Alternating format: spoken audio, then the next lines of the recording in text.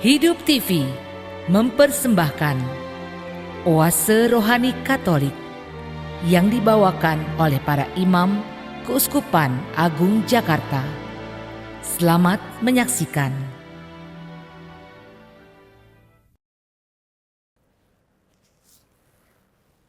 Salam jumpa sahabat Oase Rohani Katolik. Sungguh senang setelah sekian lama kita tidak berjumpa karena situasi pandemik. Pada kesempatan ini saya Romo Agustinus Handoko MSc yang biasa dikenal dengan sebutan Muhan kembali menyapa sahabat Oase Rohani Katolik, dan saya sungguh bahagia setelah saya mengalami masa-masa sulit selama 34 hari kena COVID-19. Bahkan saya sampai 2 minggu di ICU dan sekarang diberi kehidupan kembali. Saya mengalami second life. Dan saya sungguh berbahagia di minggu Paskah yang ketiga ini boleh menyapa sahabat Oase Rohani Katolik. Maka untuk itu semua, mari mengawali permenungan kita bersatu di dalam doa. Dalam nama Bapa dan Putra dan Roh Kudus. Amin. Bapa yang penuh kasih, sungguh kami mengucap syukur kehadirat-Mu karena kembali kami Kau izinkan untuk berjumpa, untuk menyapa para sahabat Oase Rohani Katolik di minggu Paskah yang ketiga ini. Bapa yang penuh kasih, Putra-Mu Yesus menampakkan diri kembali untuk mendidik kami, para murid, agar kami semakin memahami makna kebangkitan. Semoga dengan penampakan Putra-Mu ini dan proses Putra-Mu mendidik kami ini, semakin kami percaya bahwa kebangkitan Putra-Mu menjadi dasar iman kami, sehingga kami juga mampu seperti para murid mewartakan kebangkitan dimanapun kami berada dengan kehidupan kami. Hidup menjadi manusia baru yang percayakan kebangkitan.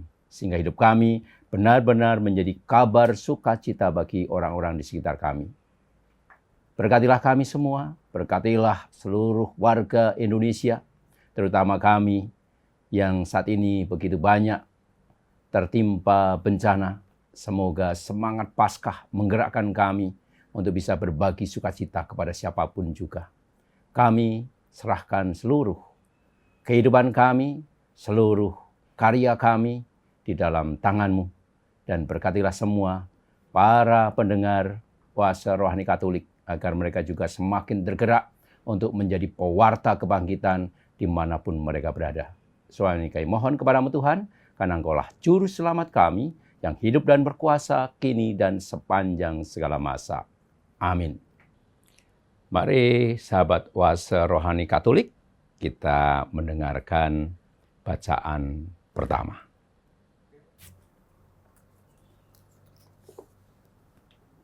Bacaan pertama. Bacaan dari Kisah Para Rasul bab 3 ayat 13 sampai 15 dilanjutkan ayat 17 sampai 19. Setelah Petrus dan Yohanes menyembuhkan seorang lumpuh, orang banyak yang sangat keheranan mengurumuni mereka. Maka kata Petrus kepada mereka, Allah Abraham, Ishak dan Yakub, Allah nenek moyang kita telah memuliakan hamba-Nya, yaitu Yesus yang kamu serahkan dan kamu tolak di depan Pilatus. Walaupun Pilatus berpendapat bahwa ia harus dilepaskan, kamu telah menolak yang kudus dan benar, dan malah menghendaki seorang pembunuh sebagai hadiah-Mu. Demikianlah Yesus, pemimpin kepada hidup, telah kamu bunuh. Tetapi Allah telah membangkitkan Dia dari antara orang mati. Dan tentang hal itu kami adalah saksi. Hai saudara-saudara, aku tahu bahwa kamu telah berbuat demikian karena ketidaktahuan, sama seperti semua pemimpinmu. Tetapi dengan jalan demikian Allah telah menggenapi apa yang telah difirmankannya dahulu dengan perantaraan nabi-nabinya, yaitu bahwa Mesias yang diutusnya harus menderita. Karena itu, sadarlah dan bertobatlah, supaya dosamu dihapuskan. Demikianlah sabda Tuhan. Syukur kepada Allah. Sahabat Oase Rohani Katolik, mari sekarang kita dengarkan bacaan kedua. Bacaan kedua. Bacaan dari surat pertama Rasul Yohanes bab 2 ayat 1 sampai 5a. Anak-anakku, hal-hal ini kutuliskan kepada kamu supaya kamu jangan berbuat dosa. Namun, jika seorang berbuat dosa, kita mempunyai seorang pengantara pada Bapa, yaitu Yesus Kristus yang adil. Ia adalah pendamaian untuk segala dosa kita. Malahan bukan untuk dosa kita saja, tetapi juga untuk dosa seluruh dunia. Dan inilah tandanya bahwa kita mengenal Allah, yaitu jikalau kita menuruti perintah-perintahnya. Barang siapa berkata, "Aku mengenal Allah," tetapi ia tidak menuruti perintahnya, ia adalah seorang pendusta. Dan di dalam dia tidak ada kebenaran. Tetapi barang siapa menuruti firman Allah, di dalam orang itu kasih Allah sungguh sempurna. Demikianlah sabda Tuhan. Syukur kepada Allah. Sahabat Oase Rohani Katolik yang berbahagia, mari sekarang kita mendengarkan bacaan Injil. Kita siapkan hati kita untuk mendengarkan Injil Tuhan. Tuhan sertamu dan sertamu juga. Inilah Injil Yesus Kristus menurut Santo Lukas. Dimuliakanlah Kristus. Dua murid yang dalam perjalanan ke Emmaus ditemui oleh Yesus yang bangkit segera kembali ke Yerusalem. Di sana mereka menceritakan kepada saudara-saudara yang lain apa yang telah terjadi di tengah jalan dan bagaimana mereka mengenali Yesus pada waktu ia memecah-mecahkan roti. Sementara mereka bercakap-cakap tentang hal itu, Yesus tiba-tiba berdiri di tengah-tengah mereka dan berkata, "Damai sejahtera bagi kamu." Mereka terkejut dan takut karena menyangka bahwa mereka melihat hantu. Akan tetapi Yesus berkata kepada mereka, "Mengapa kamu terkejut dan apa sebabnya timbul keraguan di dalam hatimu? Lihatlah tanganku dan kakiku. Aku sendirilah ini. Rabalah aku dan lihatlah, karena hantu tidak ada daging dan tulangnya, seperti yang kamu lihat padaku." Sambil berkata demikian, Yesus memperlihatkan tangan dan kakinya kepada mereka. Dan ketika mereka belum juga percaya karena girang dan masih heran, berkatalah Yesus kepada mereka, "Adakah padamu makanan di sini?" Lalu mereka memberikan kepadanya sepotong ikan goreng. Yesus mengambilnya dan memakannya di depan mata mereka. Yesus berkata kepada mereka, "Inilah perkataan yang telah kukatakan kepadamu ketika aku masih bersama-sama dengan kamu, yakni bahwa harus digenapi semua yang ada tertulis tentang aku dalam kitab Taurat Musa, kitab Nabi-Nabi, dan kitab Mazmur." Lalu Yesus membuka pikiran mereka sehingga mereka mengerti kitab suci. Kata Yesus kepada mereka, "Ada tertulis demikian, Mesias harus menderita dan bangkit dari antara orang mati pada hari yang ketiga. Dan lagi, dalam namanya berita tentang pertobatan dan pengampunan dosa harus disampaikan kepada segala bangsa, mulai dari Yerusalem. Kamu adalah saksi dari semuanya ini." Demikianlah Injil Tuhan. Terpujilah Kristus. Para sahabat Oase Rohani Katolik yang berbahagia, pada kesempatan ini saya mengajak Anda sekalian untuk merenungkan bacaan pertama terlebih dahulu.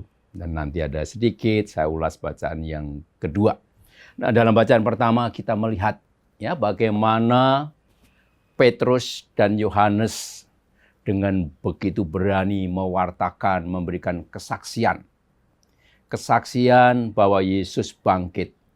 Bahwa pribadi Yesus yang dulu dianiaya, yang dulu dihukum mati, sekarang sudah bangkit dan memberikan kemenangan ya kepada para muridnya, kesaksian tentang apa itu kebangkitan. Dan kita tahu bagaimana Yohanes dan Petrus serta murid yang lain diproses oleh Yesus. Kita tahu Petrus sudah mengkhianati. Bahkan dia mengatakan, aku tidak kenal Yesus. Sampai 3 kali dia menolak dan mengingkari. Tetapi Yesus mendampingi Petrus untuk tidak terpuruk dalam pengkhianatan, dalam belenggu, kekecewaan, keputusasaan. Ya, lewat penampakan-penampakan, Yesus membangkitkan semangat Petrus, semangat Yohanes, dan para murid yang lain. Nah, ini luar biasa. Jadi Yesus dengan ketelatenannya mendampingi, ya, dia tidak mengungkit-ungkit kembali apa yang dilakukan oleh para murid. Termasuk ketika Yohanes dan Petrus pula ketika selesai Yesus mati, mereka kembali ke masa lalunya. Menjadi seorang nelayan, mereka kembali mencari ikan. Seakan-akan perjumpaan 3 tahun bersama Yesus tidak ada efeknya. Dan inilah yang kemudian digali kembali oleh Yesus lewat penampakan. Dan akhirnya Yohanes, Petrus, dan murid yang lain mempunyai suatu pemahaman baru. Mengikuti Yesus yang bukan Yesus yang mati, tetapi mengikuti Yesus yang bangkit, yang memberikan pengharapan, memberikan kekuatan, sehingga mereka punya keberanian. Keberanian untuk apa? Untuk mewartakan, memberikan kesaksian. Maka Petrus dan Yohanes dengan sangat indah mengatakan apa? Padaku tidak ada emas, padaku tidak ada perak, yang ada adalah Yesus yang bangkit, yang bisa ku-sharekan kepada kalian.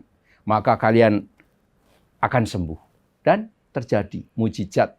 Karena Petrus dan Yohanes berani membagikan Yesus yang hidup dalam dirinya. Maka inilah gerakan kebangkitan. Meninggalkan manusia lama mereka. Petrus dan Yohanes meninggalkan manusia lamanya. Dan dia sekarang menjadi manusia baru. Dengan semangat baru, semangat bersama Yesus yang bangkit. Nah, saudara-saudara yang terkasih, sekarang situasi saat ini kalau dihubungkan dengan situasi di Indonesia, ya, baru-baru kita dengan keprihatinan bersama melihat situasi di Flores, NTT yang kena banjir bandang, tanah longsor. Kemudian saudara kita yang di Malang yang kena gempa, situasi yang pasti sangat memprihatinkan kita semua. Nah, kita diajak untuk melihat dan diajak untuk merenungkan seperti yang dialami oleh Petrus dan Yohanes serta para murid yang lain. Ketika Yohanes dan Petrus mereka kembali ke masa lalunya, merasa kehilangan putus asa, dan mereka berfokus pada apa? Pada penderitaan, pada kehilangan sang junjungan, sang guru. Kemudian Yesus mencoba untuk menata kembali semangat mereka, kemudian diajak untuk tidak berfokus pada penderitaan, pada kematiannya, tapi berfokus kepada kebangkitan. Sama saudara-saudara yang terkasih, kita saat ini NTT mengalami penderitaan karena banjir bandang, karena tanah longsor. Tapi mari saya mengajak kita sekalian, para pendengar Oase Rohani Katolik, untuk kita juga tidak berfokus pada bencananya. Tapi saya mengajak kita berfokus pada Yesus yang bangkit. Artinya apa? Mari kita bersatu hati untuk bangkit, untuk tidak fokus pada bencananya itu, tapi fokus pada gerakan kita bersama. Gerakan untuk apa? Mari kita menjadi manusia baru untuk apa? Mengulurkan tangan, mengulurkan hati kita, mengulurkan cinta kita, agar saudara-saudara kita yang di NTT, saudara kita yang di Malang, mereka tidak merasa sendirian. Mereka tidak bergumul sendiri, tetapi ada pribadi-pribadi yang berani mengatakan, ayo kita bangkit, ayo kita hadapi seluruh kesulitan kehidupan kita dengan semangat baru. Tentu tidak gampang, saudara-saudara yang terkasih. Karena apa? Karena saudara kita yang di NTT itu kena bencana pas dini hari Paskah. Ya, kita ingat itu. Dini hari Paskah mereka mengalami bencana ini. Pasti mereka akan sulit mengatakan, apakah ini kebangkitan? Kebangkitan saudara kami hilang, mati, rumah kami hancur. Kalau fokusnya pada sisi itu memang sangat menyakitkan saudara-saudara yang terkasih. Tapi ketika kita fokus pada mari kita bangkit, seakan-akan kita juga diajak untuk merenungkan kisah sengsara Tuhan yang kemudian ditutup dengan kebangkitan Tuhan. Dan sekarang gerakan untuk kita mendukung, memberikan bantuan itu sangat luar biasa. Dipelopori oleh, tentu saja saya sebut oleh Bapak Presiden kita, Bapak Jokowi, ya, yang dengan langsung gerakan cepat memerintahkan seluruh ya kementeriannya yang punya akses ke sana, yang harus membantu dengan Ibu Rismanya, itu luar biasa. Ya, gerakan untuk membantu untuk menanggulangi bencana ini. Meskipun di sisi lain tentu ada orang-orang yang tetap saja melihat dengan nyinyir, ya, dibilang Bapak Jokowi pencitraan, Ibu Risma pencitraan dan sebagainya. Kita tutup dengan yang nyinyir, tapi kita dukung dengan gerakan hati, gerakan cinta, sehingga saudara-saudara kita yang di NTT, tapi juga yang di Malang, merasa tidak sendirian, bergumul, berjuang. Dan itulah gema Paskah, itulah gema kebangkitan. Kalau Petrus dan Yohanes mampu menggerakkan ya, umat yang tadinya merasa ketakutan, merasa kehilangan, dan akhirnya dengan Petrus yang menyapa mereka, Petrus yang datang kepada mereka, akhirnya mereka punya spirit hidup kembali. Dan inilah menjadi manusia lagi yang tidak terpuruk, yang tidak terbelenggu, dan tidak terkungkung dengan penderitaan. Tetapi dibangkitkan dengan semangat baru menjadi manusia baru. Nah, sahabat Oase yang terkasih, apakah kita juga sudah mulai mengulurkan tangan, memberikan cinta kita kepada saudara-saudara yang membutuhkan kita? Kalau Anda mengalami gema Paskah, saya yakin Anda akan seperti Petrus dan Yohanes serta para murid yang lain yang sudah mengalami yang namanya cinta, yang mengalami yang namanya pernah disapa oleh Tuhan secara pribadi. Kita semua, Anda dan saya, mempunyai pengalaman pribadi bersama Tuhan. Dan kita sudah berkali-kali merayakan Paskah. Tetapi saat ini, secara konkret, kita diajak betul-betul untuk menjadi manusia baru, manusia yang betul-betul dengan semangat kebangkitan, menjadi orang-orang yang tergerak hatinya. Dan mungkin kita juga akan mengatakan seperti Petrus dan Yohanes ketika mengatakan, padaku tidak ada emas dan perak, yang kupunya adalah Yesus. Yesus yang bangkit, yaitu semangat untuk memberikan kekuatan kepada yang lain, menjadi saudara bagi orang lain, menjadi teman bagi orang lain. Dan inilah yang harus kita bagikan kepada saudara-saudara kita yang ada saat ini, yang sedang ditimpa bencana. Saudara-saudaraku yang terkasih, gerakan-gerakan sudah dimulai. Dan saya rasa kita tidak perlu menunggu gerakan yang spektakuler, tetapi satu orang yang membuka hati, membuka cinta untuk mengulurkan tangan kepada saudara-saudara kita, itu sudah menjadi ungkapan bahwa kita bersolidaritas kepada orang-orang di sekitar kita. Dan itulah semangat kebangkitan, itulah semangat menjadi manusia baru. Itu dengan situasi yang ada di sana, di NTT, di Malang. Nah sekarang, bisa jadi saudara-saudara terkasih, dalam keluarga kita pun, sekarang kita juga mengalami bencana pribadi. Jangan-jangan. Nah sekarang pertanyaannya, apakah ketika keluarga kita masing-masing juga mengalami bencana pribadi, malapetaka pribadi, kita juga sanggup untuk menjadi teman, menjadi saudara yang siap seperti Petrus dan Paulus untuk mengatakan, aku punya Yesus, aku ingin ada bersamamu. Sehingga bisa jadi itu adalah suami Anda yang membutuhkan pendampingan, penemanan, yang saat ini mengalami stres, yang saat ini mengalami beban karena pekerjaannya, ya, karena kena dampak pandemik. Apakah kita juga sama bisa menjadi teman? Hai para istri, ini saya pertanyakan kepada para istri yang Anda bisa seperti Petrus dan Yohanes menjadi teman sehingga suami tidak merasa sendirian.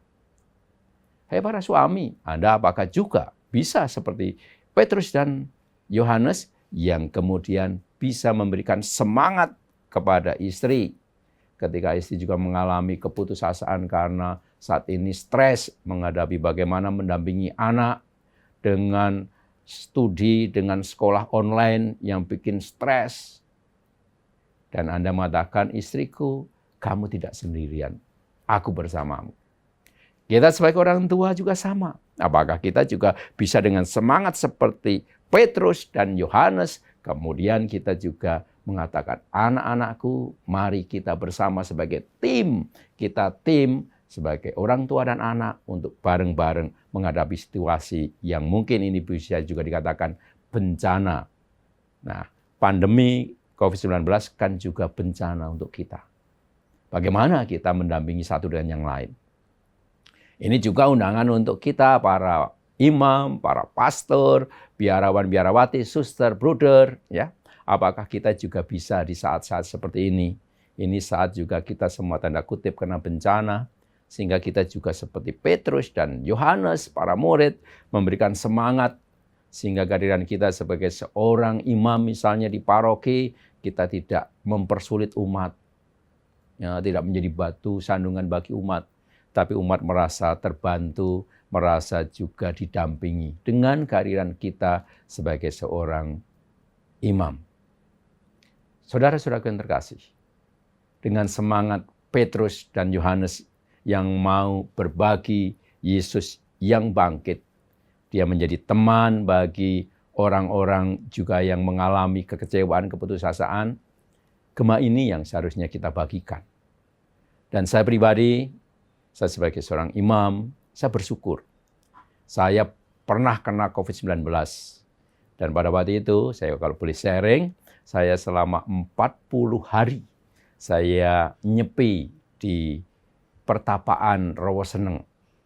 Dan saya bukan di pertapaannya sih, tapi di susteran, di dekat pertapaan, karena pertapaan Rawaseneng tidak menerima tamu. Akhirnya saya menyepi di susteran OP, ya, Santo Dominikus. Nah, di sana selama 40 hari saya juga mencoba untuk mewartakan Gema Paskah. Ya. Meskipun waktu itu masa Prapaskah, tapi saya sudah mewartakan Gema Paskah bahwa Yesus hidup dalam diriku dan aku mewartakan Yesus yang penuh sukacita, mewartakan. Dan itulah yang saya buat dengan apa? Saya berkunjung ke umat.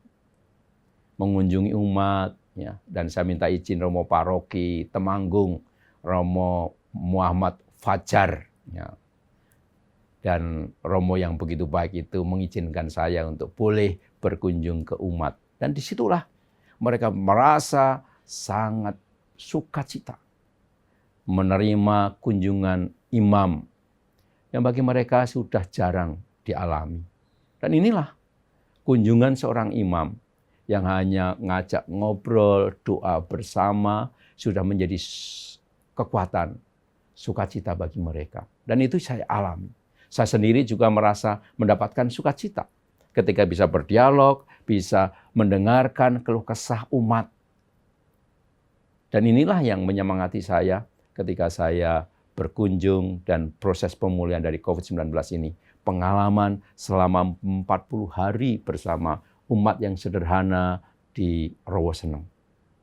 Nah, kita bisa melakukan banyak hal, saudara-saudara yang terkasih, dengan caranya kita. Anda yang sudah mengalami Paskah, apakah Anda juga siap untuk berbagi kepada siapapun yang Anda jumpai, sehingga mereka ketika bertemu dengan Anda juga langsung merasakan, ya, saya ketemu dengan Yesus yang bangkit dalam diri orang ini. Para murid mampu menampakkan itu dan memberikan kesaksian. Maka ketika Yesus mengatakan, kamu adalah saksi dari ini semua, dan mereka betul-betul bersaksi bahwa hidup mereka diperbaharui dengan semangat kebangkitan. Ini, saudara-saudara yang terkasih, kira-kira yang bisa menjadi permenungan untuk bacaan pertama.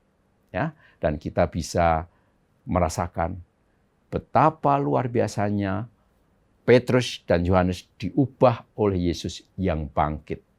Sehingga mereka tidak takut untuk bersaksi.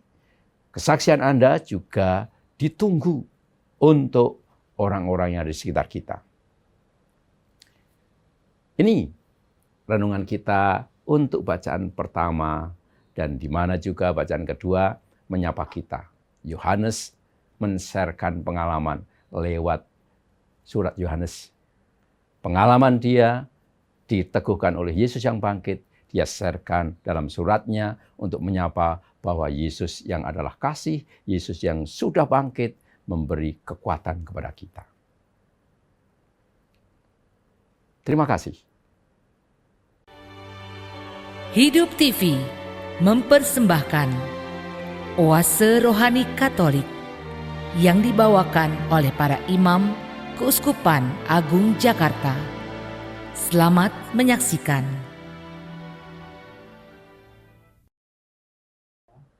Sahabat Oase Rohani Katolik yang berbahagia, sekarang kita akan merenungkan bacaan Injil yang sudah kita dengarkan tadi. Injil Lukas dengan sangat indah menggambarkan bagaimana proses penampakan Tuhan. Ya, dari bacaan Paskah, kemudian Paskah pertama, Paskah kedua, dan Paskah yang ketiga ini berbicara tentang Yesus yang menampakkan diri. Proses penampakan Yesus di hadapan para murid ini, dalam bahasa saya mengatakan inilah proses sosialisasi kebangkitan oleh Yesus. Karena apa? Seperti dalam bacaan Injil tadi, kan kita mendengarkan bagaimana para murid masih belum yakin, masih ragu-ragu dengan Yesus yang menjumpai mereka. Keraguan mereka mulai ketika dalam kubur. Mereka sudah diberi penampakan, tapi mereka masih ragu. Kemudian dua murid Emmaus ketika sudah diberi penampakan, kemudian mereka juga merasakan kehadiran Tuhan, tapi mereka juga masih ragu. Meskipun mereka sudah berbagi cerita dengan para murid yang lain. Kemudian ketika para murid berkumpul, Yesus datang kembali, mereka juga belum sadar makna kebangkitan itu. Nah, saudara-saudaraku yang terkasih, kenapa mesti berkali-kali Yesus menampakkan diri kepada mereka? Nampaknya apa yang sudah dikatakan Yesus ketika mereka masih ada bersama Yesus, ketika Yesus masih hidup, Yesus kan mengatakan bahwa aku akan menderita, tetapi pada 3 hari berikutnya aku akan bangkit. Sudah dikatakan sampai 3 kali. Tetapi para murid juga, orang Jawa bilang, belum ngeh, belum mengerti, belum dong. Itu yang terjadi. Sehingga Yesus perlu untuk mengadakan sosialisasi kebangkitan. Biar para murid yakin bahwa Yesus bukan Yesus yang mati sekarang, tetapi Yesus yang bangkit. Dan kenapa Yesus melakukan ini? Karena Yesus melihat kecenderungan para murid, yaitu mereka kehilangan pegangan. Mereka berfokus kepada penderitaan, berfokus pada kematian. Seperti yang saya katakan tadi dalam bacaan pertama. Ya, Yohanes, Petrus, ya, murid yang lain, mereka ketika mendengar Yesus wafat, kemudian mereka seperti domba kehilangan gembalanya. Orang Manado bilang tafiaro. Mereka kemana-mana, kemudian kembali ke kampung halaman. Seperti tidak ada bekas sama sekali ketika mereka dididik oleh Yesus. Tetapi sekali Yesus memilih mereka menjadi murid, Yesus tidak membiarkan mereka hilang. Maka Yesus lewat penampakan, Yesus kembali mengumpulkan mereka. Memberikan semangat dan gema kebangkitan Yesus hembuskan kepada mereka. Sehingga mereka perlahan-perlahan mulai terbuka mata mereka, terbuka pikiran mereka, dan hati mereka terbuka. Dan akhirnya lewat penampakan itu, proses Yesus yang mendidik, Yesus yang memberikan pengajaran kepada para murid, akhirnya ditangkap. Dan apa yang terjadi? Ketika dalam bacaan Injil hari ini dikatakan, hai murid-muridku, kamu semua adalah saksi dari ini semua. Maka kamu harus pergi memberikan kesaksian. Dan ternyata Yesus yang memberikan motivasi tentang makna kebangkitan ini ditangkap oleh para rasul. Dan kita tahu, seperti dalam bacaan pertama tadi, bagaimana Petrus dan Yohanes kemudian betul-betul diubah. Mereka menjadi manusia baru. Manusia yang tersentuh oleh gema kebangkitan. Dan Yesus tidak mau membiarkan murid-murid yang dipilihnya menjadi murid yang tanpa semangat, tanpa sukacita. Yesus menghendaki mereka betul-betul menjadi kabar sukacita, sehingga siapapun yang mau menjadi murid Yesus harus berani memberikan kesaksian bahwa kebangkitan itu akan mengalahkan kematian, bahwa kebangkitan itu membawa sukacita. Nah, saudara-saudaraku yang terkasih, apa yang bisa kita renungkan dari peristiwa penampakan Yesus ini di hari Minggu Paskah yang ketiga ini? Tentu Yesus juga menghendaki Anda dan saya untuk menjadi orang-orang yang siap untuk menjadi manusia baru. Siap untuk menjadi orang-orang yang berbagi sukacita, berbagi semangat kebangkitan. Semangat kebangkitan beda dengan semangat kematian. Kalau orang yang menghayati semangat kematian, maka apa? Kehadirannya tidak akan memberikan spirit kepada orang lain. Kehadirannya justru sering menjadi batu sandungan. Tetapi semangat kebangkitan menghendaki supaya kita dengan kebangkitan Yesus itu, semangat yang diberikan oleh Yesus itu menjadi bagian dari kita, sehingga kita betul-betul menjadi orang-orang yang siap berbagi sukacita, siap berbagi kegembiraan, siap untuk berbagi juga kemurahan hati. Sehingga kehadiran kita betul-betul menjadi kehadiran yang penuh berkat. Dan itulah kehadiran orang yang mengalami kebangkitan. Nah, kalau itu kemudian dihubungkan dengan situasi saat ini, ya tentu saja seperti yang saya ungkapkan tadi dalam permenungan dari bacaan pertama, kita diminta oleh Yesus sendiri. Yesus mengatakan kepada Anda dan saya, hai kamu semua, kamu harus menjadi saksi atas kebangkitan. Artinya apa? Menjadi saksi atas kebangkitan berarti apa? Hidupku di tengah-tengah kehidupan ini betul-betul menjadi tanda. Sehingga orang yang berjumpa dengan kita, orang yang ketemu dengan kita, merasakan kedamaian Paskah. Kalau Yesus selalu mengatakan, damai sejahtera bagimu. Ini yang juga harus menjadi ungkapan dari seorang Katolik, seorang pengikut Yesus. Dimanapun dia berada, untuk bisa mengatakan damai sejahtera bagimu. Bukan berarti kemudian kita pergi ke mall, kemana-mana, ke rumah makan dan sebagainya, lalu kita menyapa mereka, damai sejahtera bagimu. Tidak harus begitu, saudaraku. Kalau kita begitu bisa ditimpuk orang tuh. Tetapi kita datang ke mereka, menyapa mereka dengan senyum kita, itu sudah menambahkan bahwa Anda membawa damai sejahtera. Jadi apa? Mari dalam situasi yang saat ini masih begitu banyak orang yang suka nyinyir-nyinyir itu, mulutnya yang seringkali memberikan dampak yang sangat merusak kesatuan dan hidup berbangsa bernegara itu, mari kita sebagai pengikut Tuhan, pengikut Yesus harus menjadi pelopor, membawa damai sejahtera, sehingga orang di sekitar kita juga merasakan bahwa ada sukacita di dalam kehidupan kita. Nah, saudara-saudaraku yang terkasih, saat ini begitu banyak orang yang mengalami kehidupan mereka terpuruk, mereka putus asa, mereka juga kehilangan pegangan.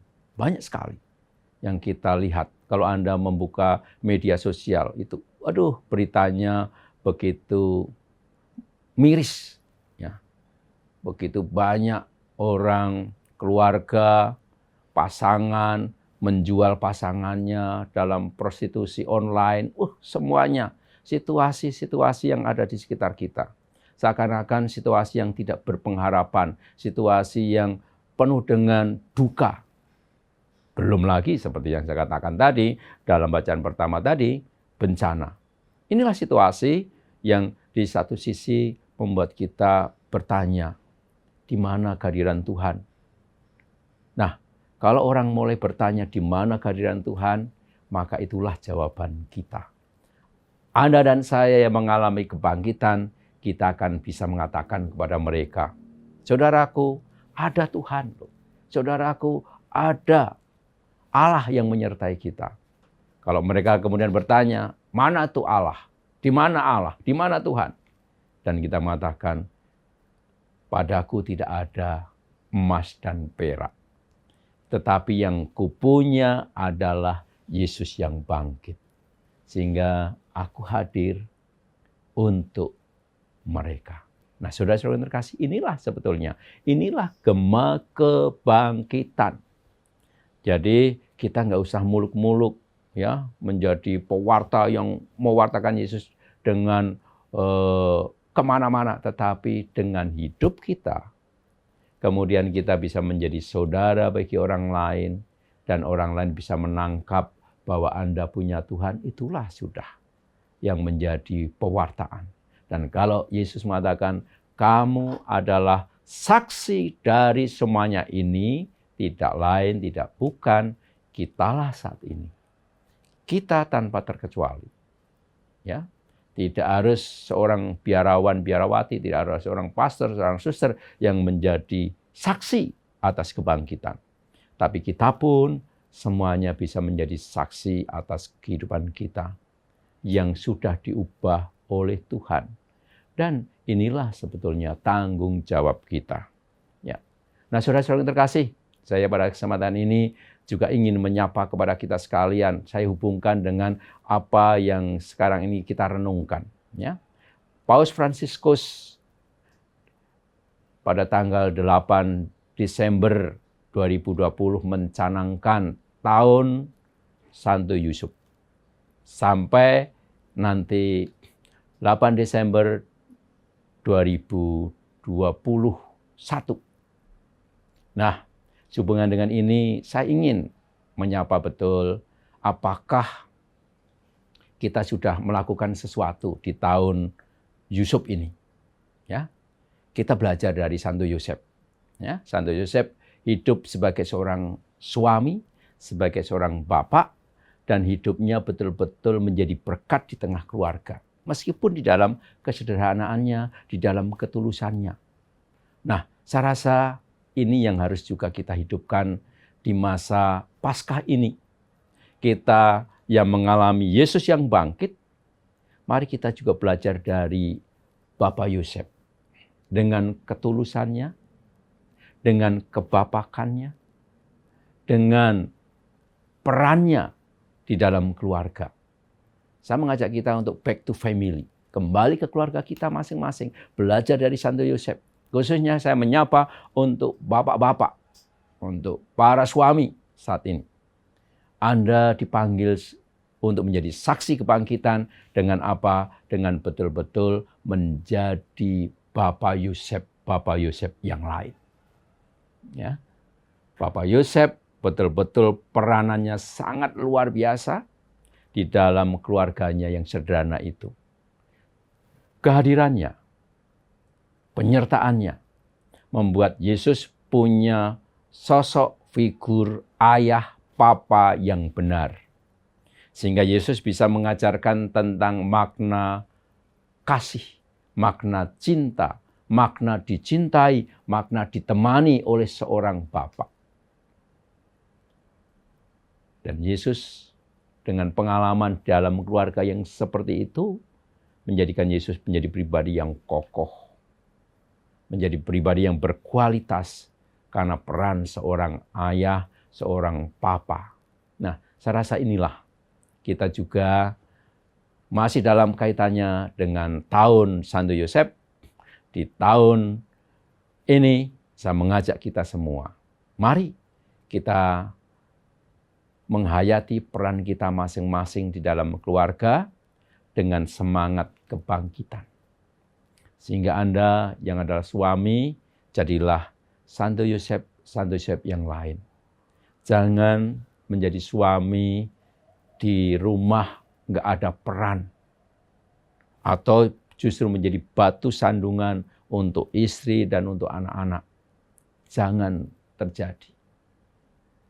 Semangat Santo Yosef, kesaksian hidup Santo Yosef betul-betul memberikan nuansa kasih di dalam keluarganya.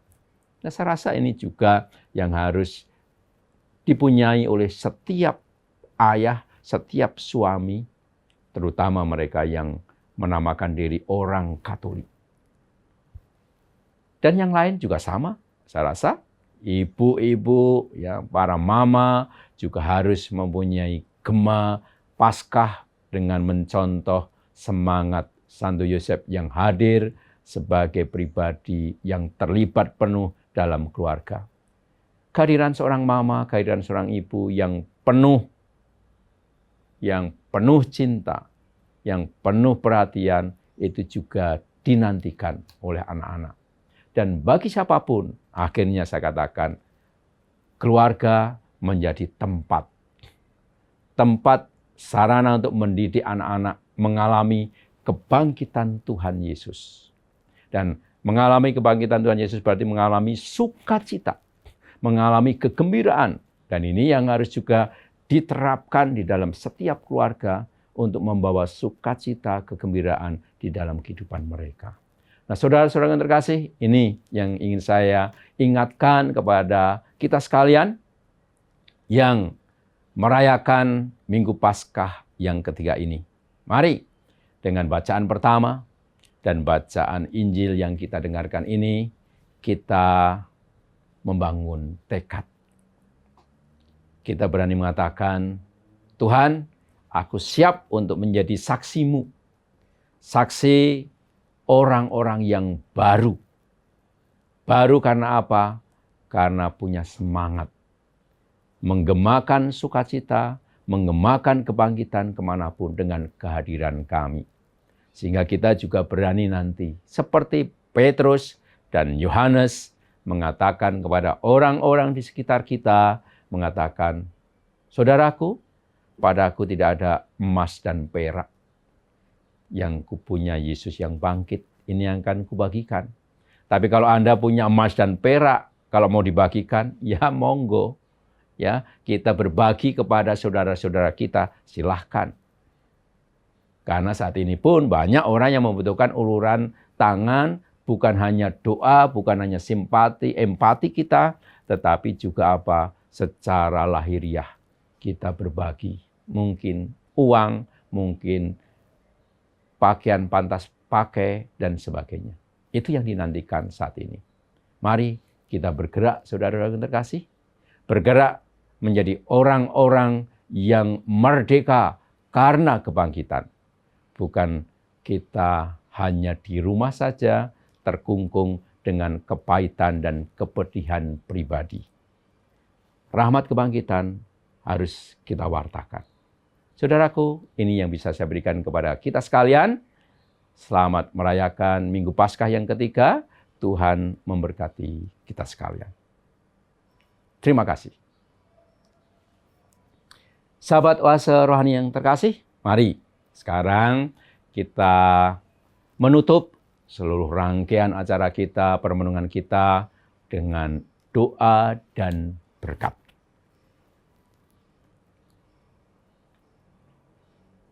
Bapa yang penuh kasih, kami sungguh bersyukur karena kami boleh merenungkan bacaan-bacaan hari ini yang begitu menginspirasi bagi kami. Karena Engkau memberikan tugas kepada kami dengan mengatakan, kamu adalah saksi dari semuanya ini. Tuhan, kami siap untuk menjadi saksi-Mu. Menjadi orang-orang yang berbahagia, orang-orang yang penuh semangat karena kami menjadi manusia baru yang bangkit bersama-Mu. Semoga kami rela meninggalkan manusia lama kami, dan kami membangun tekad menjadi orang-orang yang baru dengan semangat baru, semangat kebangkitan yang siap berbagi sukacita dan kegembiraan kepada siapapun yang kami jumpai.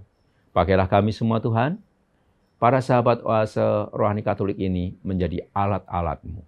Semua ini kami mohon kepadamu Tuhan, karena Engkaulah Sang Juru Selamat kami, kini dan sepanjang segala masa. Amin. Mari kita mohon berkat Tuhan untuk seluruh rangkaian kehidupan kita. Tuhan sertamu. Semoga kita sekalian senantiasa diberkati oleh Allah yang Maha Kuasa, Bapa dan Putra dan Roh Kudus. Sekali lagi, para sahabat Oase Rohani Katolik, kita berjumpa di lain waktu. Selamat.